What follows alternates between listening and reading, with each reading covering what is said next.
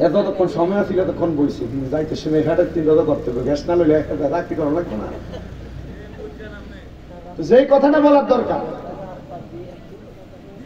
তো এজিদের এতগুলা দোষ থাকার পরেও এজিদের প্রশংসা যারা করে, এজিদকে যারা বাঁচাইতে চায়, এজিদের দোষগুলা ঢাইকা দিয়া গুণগুলা বর্ণনা করতে চায়, তার মানে বোঝা যায় এজিদের উত্তরসূরি।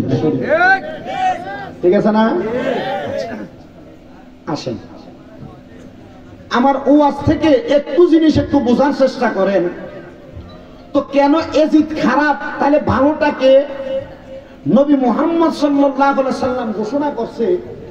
ভালোর ভিতরে 1 নাম্বার আমি নবী তোমাদেরকে জানাইয়া দেই, আমি নবীর কলিজার টুকরা হযরতে ইমামে আলী মাকাম, ইসলামের চতুর্থ খলিফা হযরতে আবু বকর, হযরতে ওমরে ফারুক, হযরত ওসমান জিন নূরাইন, হযরতে আলী কাররামাল্লাহু ওয়াজহু, এই চতুর্থ খলিফা আমি নবীর চাচাতো ভাই।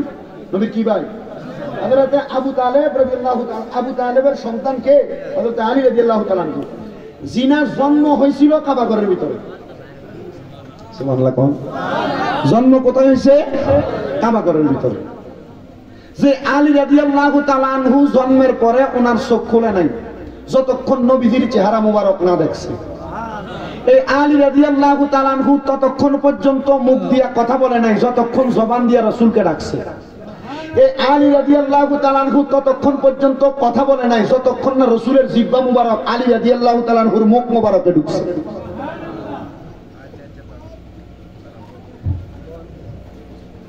ওই আলী রাদিয়াল্লাহু তাআলা আনহুকে আমার নবী রাহমাতুল লিল আলামিন নবীজির কলিজার টুকরা কন্যা, যার নাম হযরতে খাতুনে জান্নাত ফাতেমাতুজ জাহরা রাদিয়াল্লাহু তাআলা।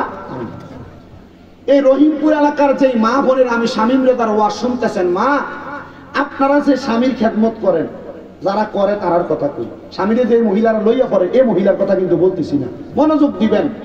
যেই মহিলারা পর্দা করে, যেই মহিলারা স্বামীর খেদমত করে, স্বামীর কথা শুনে চলে, যেই মহিলারা শ্বশুর শাশুড়ির খেদমত করে, যেই মহিলারা স্বামীর অবাধ্য হয় না, যেই মহিলারা কোনোদিন বিশেষ দরকার ছাড়া বেপরদায় বাহির হয় না, যেই মহিলারা সমাজের ভিতরে তার গলার আওয়াজ অন্য কোনো পুরুষকে শোনায় না, ওই মহিলারা মা ফাতেমার লগে জান্নাতে থাকবে।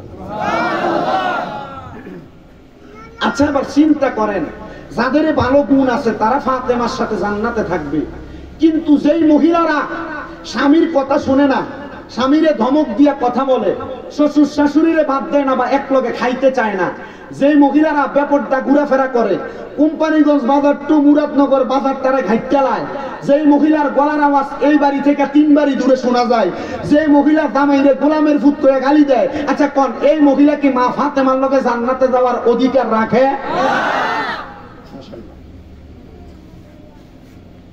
তাহলে এই মা বোনের প্রতি আমার আবদার হইল, আপনারা যারা আমার ওয়াজ শুনতেছেন, নিয়ত করেন আমার ওয়াজ শোনার পর থেকে কোনোদিন আপনার এই চেহারা কোনো পরপুরুষকে দেখাইবেন না। নিয়ত করেন আমার এই ওয়াজ যারা শুনতেছেন, শুধু মা বোন না, আপনারা যারা শুনতেছেন, আপনারা কোনোদিন আপনার মা, আপনার বোন, আপনার বউ, আপনার মেয়ে, কয়জনের কথা বলছি? কথা কম, কয়জনের কথা বলছি? আপনার মা, আপনার বোন, আপনার মেয়ে, আপনার বউ, এই 4 জন ব্যক্তি সর্বপ্রথম আপনি কোনোদিন তাদেরকে বেপরদা চলতে দিবেন না। নিয়ত করেন। বলে হুজুর কেন? কারণ আপনি নামাজ পড়লেন 5 ওয়াক্ত, রোজা রাখলেন রমজানের 30টা, ঠিক মতো হজ করলেন, যাকাত দিলেন, দান সদকা করলেন। আপনার বউ বেপরদা ঘুরে, মুরাদনগরের বিভিন্ন জায়গায় ঘোরাফেরা করে, বাজার করে, রাস্তাঘাটে যায়, বেপরদা চলে। আল্লাহর কসম আপনার এই নামাজ কোনো কাজে লাগবে না। কষ্ট হইতেছে আপনারা? কোনো কাজে লাগবে? মানে এটা ঠিক এমন হইলো ফরনের লুঙ্গি খুলে মাথায় ফাগরি বান্দার মতো। কথা কি বুঝতেছে? অসুবিধা হইতেছে? এই ওয়াজ কাজে লাগবে মনে হয়? যদি আপনারা বাড়িতে নেই বউরে কোন, আজকে যাই যদি কোন এই তোমার ঘরের বাইরে যাওয়া বন্ধ, তবে তোর সংসার করাই বন্ধ। এই তোমার গলার আওয়াজ যেন এখন আর উপরে না ওঠে, বেরিয়ে লগ লগে দেবো। কি কইলে? ঠিক আছে না? যদি কোন তোমার এখন থেকে বাজারে যাওয়া বন্ধ, তোমার যা লাগবে আমি কেনাকাটা করে আইনা দিমু, করলাম না তো সংসার? ঠিক আছে না? যে মা বোন বেরিয়েতে লগে কোনো বিদ্যুৎ অফিসের লগে কানেকশন আছে কি? নাম্বার আছে, ফোন দিলাম তাড়াতাড়ি। জেনারেটর আছে না?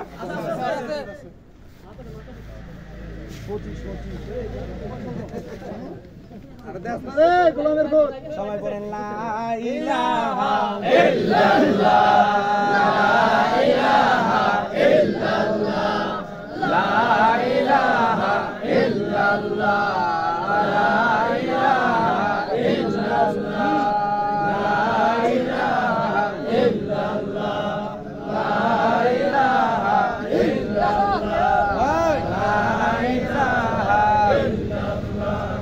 লা ইলাহা ইল্লাল্লাহ,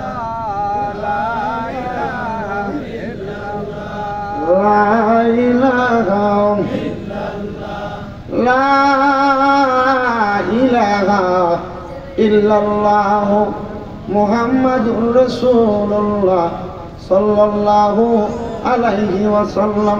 জোরে কোন সুবহানাল্লাহ। তাহলে আমার এই কথাগুলোর বিরোধিতা করে যে মা বোনেরা তাদের মতো করে চলাবে বা চলার চেষ্টা করবে, আপনারা কোন তারা জান্নাতে যাওয়ার সম্ভাবনা আছে? আপনাদের কষ্ট হয়নি কোনো?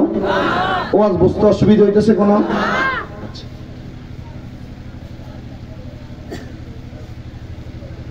বাজান আমার, যেই কথা বলতেছিলাম, নবীর কন্যা খাতুনে জান্নাত হযরত ফাতেমাতুজ জাহরা রাদিয়াল্লাহু তাআলা আনহা, ওনাকে আমার নবী হযরত মওলা আলী মুশকিল কুশার সাথে বিবাহ দিলেন। সুবহানাল্লাহ। তো এই বয়ান শুরু করার আগে আমি আপনাদেরকে নিয়ে একটু দোয়া দরুদ জিকির আজকার করব। আপনারা মনোযোগের সাথে আমার বয়ানটা শুনে যাবেন। যদি ধৈর্যের সাথে শুনেন, আমার এই ছোট্ট ওয়াকে আকার গুজারি ঘটনার মাধ্যমে আপনারা অনেক কিছু বুঝতে পারবেন, যার দ্বারা আপনার ঈমান আকীদা দুরুস্ত হবে, যার দ্বারা আপনার দুনিয়া এবং আখিরাত সুন্দর হবে। আসেন আমাদের ঈমান আকীদাকে পরিপূর্ণ রাখার জন্য আমরা মুহাব্বতের আওয়াজে উচ্চ কণ্ঠে আমার আল্লাহ তাআলার কালামে হাকিমের তেলাওয়াত করি। ফি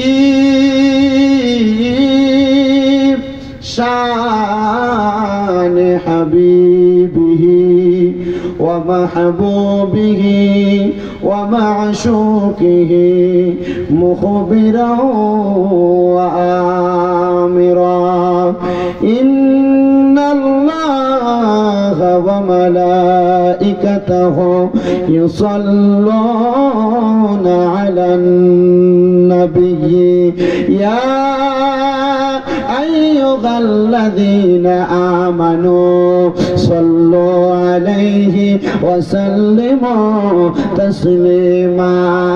আল্লাহুম্মা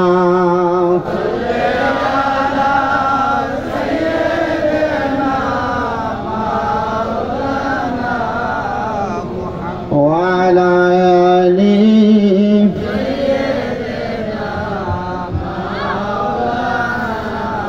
আরেকটু জবান খুলে মুহাব্বতের আওয়াজে পড়েন আল্লাহুম্মা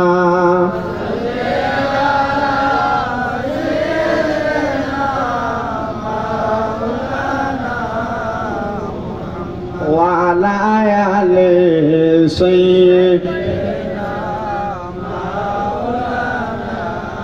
জুমার ঘরকে কাবা বানাইয়া বানাও দেখার ঘরকে মদিনা।